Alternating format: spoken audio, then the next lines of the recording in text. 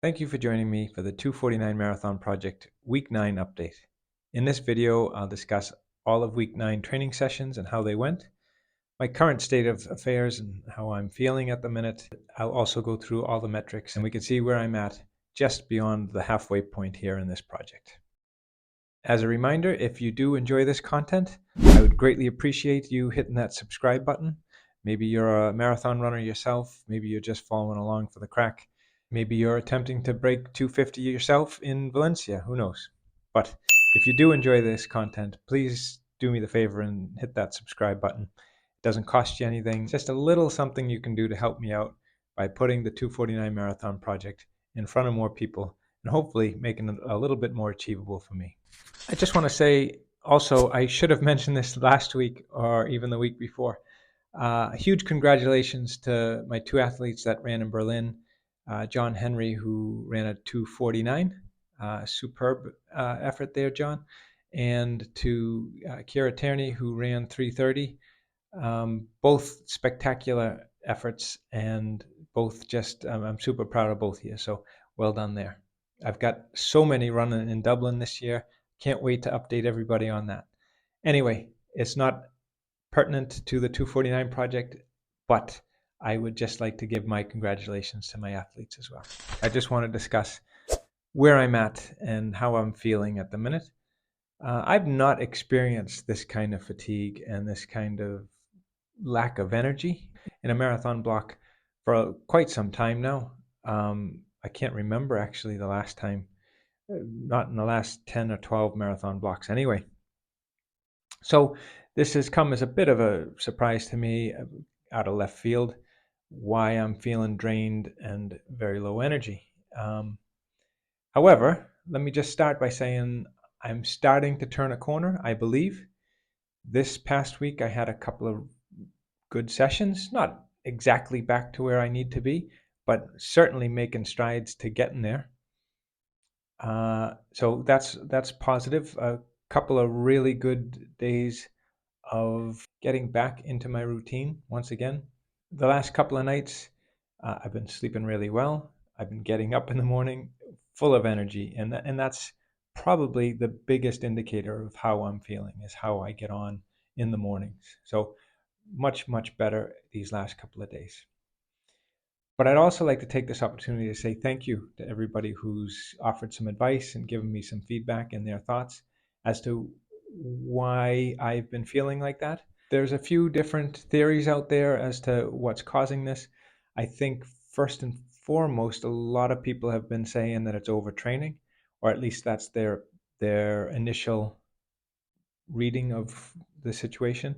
And I have to say, in hindsight, that was my initial feeling as well, because it has the hallmarks of overtraining.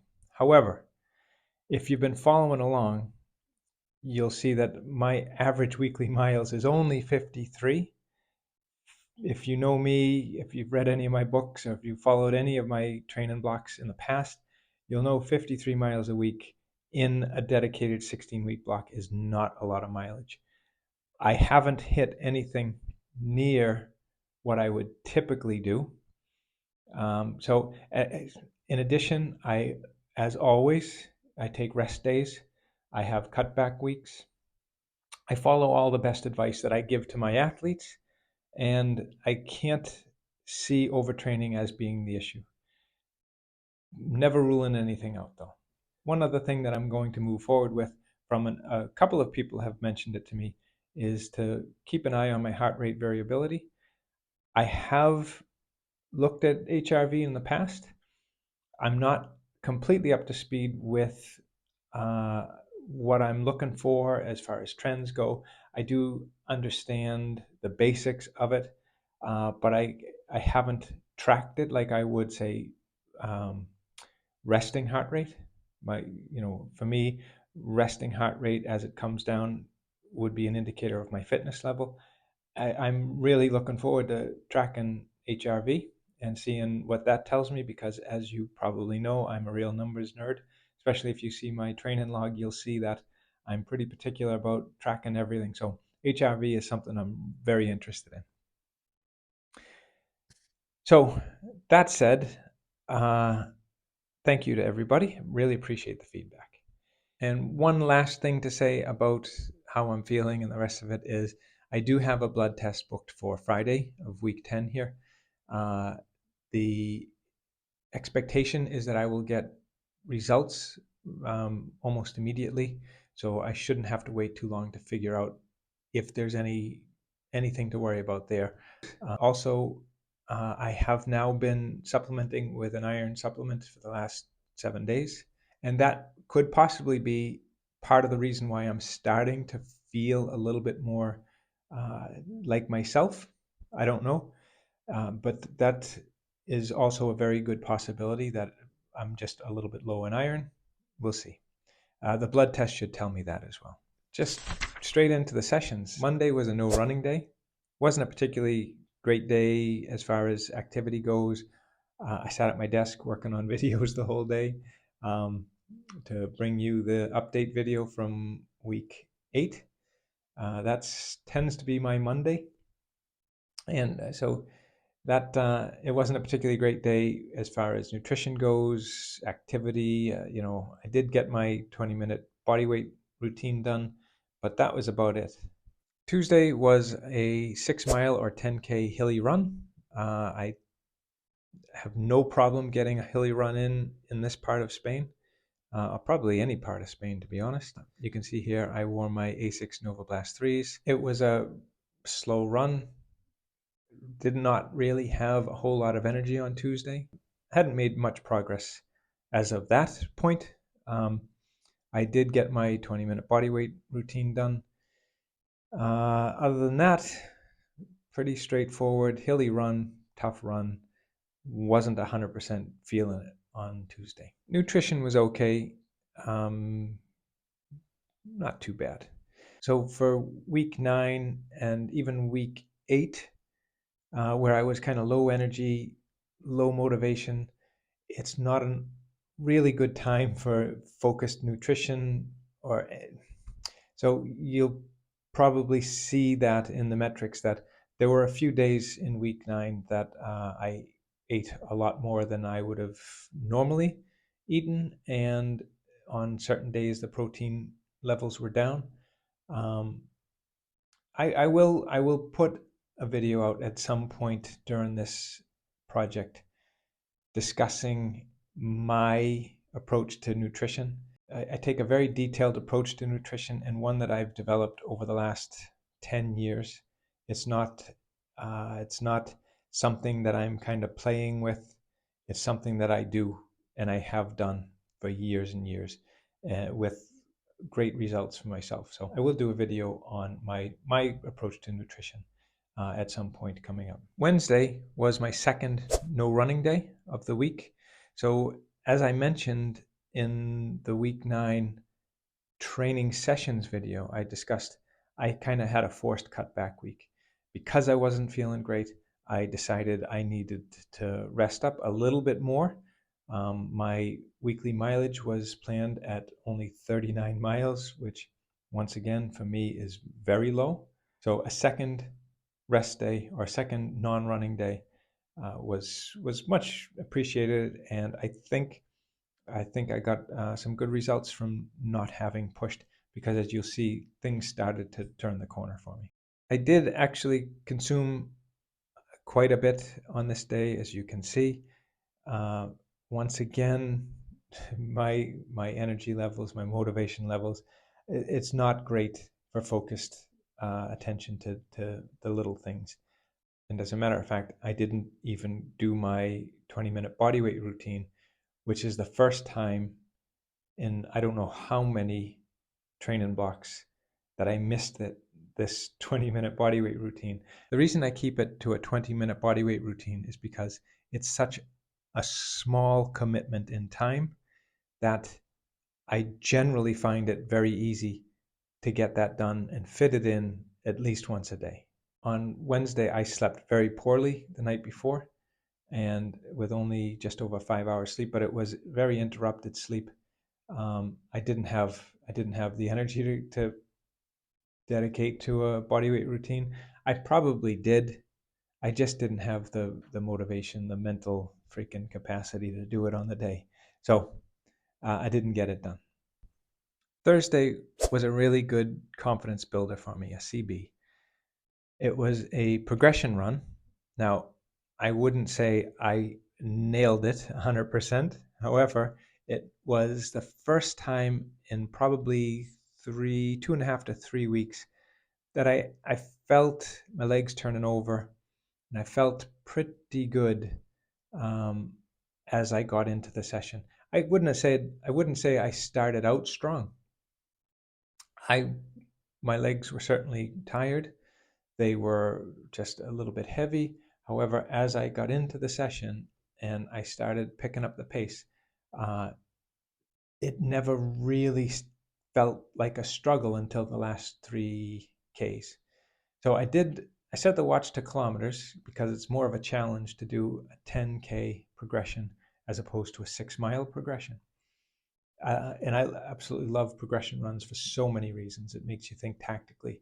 It makes you think and plan your route. It makes you push, and it makes you think when you're going uphill, downhill. There's a lot of things that I really like about a progression run. It also, you're finishing strong, which is obviously a really good thing. So if you go to the blog, you'll see I've put my splits up there, both in kilometers and in minutes per mile. Interesting. Yeah, I finished the 6th mile at a 6:30 pace, and in kilometers, the 10th K was 3:49. That's a whole lot better than where I have been. It's not where I need to be for a 10K. However, it's certainly a step in the right direction. And for the first time, I felt more energetic. I felt more like myself. I wore my Hoka Rocket X2s, which are a lovely shoe, really fast, good pop in them. I felt for the first time like I was making strides in the right direction. Friday was our weekly social 5K easy run in the Salinas Laguna. Really straightforward, kind of a gentle pace, 840s or something like that per mile, 5:24 minutes per kilometer. Yeah, straightforward, nothing spectacular. I wore my trail shoes, the New Balance Dynasoft Nitrals. Once again, Friday, not a particularly focused day of nutrition, but definitely a good day. I'll take that day. It was good on a number of levels because it was almost as good as a rest day with 5K at an easy pace. The end of the week was starting to get better and better. Saturday was another really good positive session. It was a 10 mile or 16 kilometer steady effort run. And once again, it was actually a steady effort for me. So it was 7:07 per mile or 4:26 per kilometer. And I kept that pace throughout the whole run. So it was very encouraging. I haven't felt that consistently strong for a 10 miler in weeks. So it was, once again, I'm feeling like I'm getting back to turning the right corner. And we'll just see how it goes this week. And for that steady run, I wore my Nike Zoom Tempo Next Percents. Yeah, and just overall, it was a very good, positive step in the right direction. Sunday was a bit of Sunday run day tourism. So my wife and I, we decided we'd take my Sunday run on the road and go somewhere we've never been before. So we went to Benidorm for the day, went to the beach. I had a 14 miler or 23-kilometer run to do, and I carried that out there. It was good and hilly. It was packed. It was jam packed. So 14 miles done in the bag, 9:36 per mile or 5:32 per K. So like I say, it was slow going, good hilly course, difficult running, a lot of people kind of weaving in and out of people, slowing down, stopping, trying to get past cyclists and what have you. If you've ever been to Benidorm, you know it's a busy, busy place. Even in October, it was jam packed. I've never seen anything like it with tourists, and it just, yeah. However, was a beautiful day. It was 23 degrees or 73 degrees Fahrenheit. Lovely day. Just really enjoyed it, but tough running. I think I'll start this time with the lessons learned. For week 9 lessons learned, I'm going to say that I haven't learned it yet, but I'm going to look into it, and I have started tracking it, is my heart rate variability. I'm really looking forward to seeing what kind of information that brings me. I'm optimistic with my bionic heart that my HRV is going to be pretty good, I hope. I also hope so, insofar as it's a good indicator of fitness and overall health. So I'm interested to do that, and so I will be bringing that uh, to this project as well, just as a matter of um, just as a matter of information. I took my HRV this morning wearing my chest strap. It was 51.6. I have no idea what that means and whether that's good or bad. I suppose I'm looking for a trend here, and I will do it every day at the same time, well rested and kind of relaxed. And hopefully, it will teach me something. Always looking to learn new things. So that's my lesson learned. As far as metrics go, unfortunately, Friday I got up really late, and which is so out of character for me. I didn't get a chance to weigh in, and for me, it's important that the weigh-in is relevant to all my other weigh-ins. So I didn't take it because I didn't get the opportunity to take it at the same time and under the same circumstances as I normally would take my weigh-in. So I did not get a weigh-in this week. I suspect I'm in and around where I was the previous week, probably around 155 pounds, whatever that is, 70, 71, 72 kilo, or something like that. I'm not sure. I'll have an update on Monday next. I'll have an update on the week 10 update. I can guarantee you I will not miss it again. As for other metrics, my average daily resting heart rate was at 38, which is down 1 beat per minute. I don't know if that's an indicator of me starting to turn a corner and starting to feel better. You know, if this is a viral thing, or if this was a viral thing that I was experiencing, and that was what was weighing on me, that could very well be an indicator that things are getting back to normal. Sleep, my average sleep was 8 hours and 7 minutes, which is 8 minutes fewer than the week before. That's a step in the right direction, I think. My average daily calorie intake was around 2,000 calories. My average daily protein intake was down a little bit at 123 grams per day. My water intake was down a good bit, and in total, I covered just over 40 miles or 50, almost 55 kilometers for the week. So low volume, higher energy, starting to feel better. That's it. Just in summary, I'd say the most disappointing thing for me is that this, I know my training methods are controversial, they're out of the ordinary. A lot of people would find my high mileage weeks too high. What I would say is this: my superpower is that I can hold a decent pace for a long time. What I don't have, so a lot of guys, a lot of people who are running 254 or who have run 254 can probably run 5K under 18 minutes, maybe even in the low 17s. Will maybe run a 36, 37-minute 10K.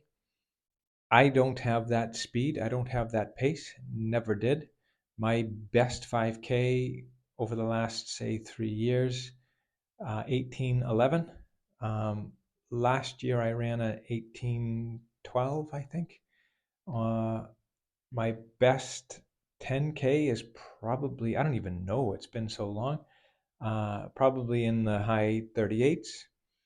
I don't run half marathons, so I don't really have half marathon time from the past 7 or 8 years. So I don't really know what to say other than my speciality is to be able to keep a pace for a long time, right? And that's why endurance and speed endurance are so important to me. And that's why I put a lot of effort into that, into the high volume stuff. I love it as well. So the other thing as a coach, I give my athletes, yeah, you have to give them certain workouts and what have you, but you have to make it suit the athlete. And by giving them the sessions that they enjoy doing, they're going to execute them better and they're going to be more effective in the overall scheme of things than they would in having not executed an important session, if you know what I mean. So that's why it's important for me to do the higher volume.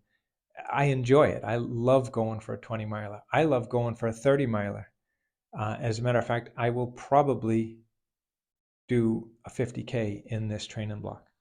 Uh, as a matter of fact, in the last 4 training blocks, um, I've had a 50K in week 12.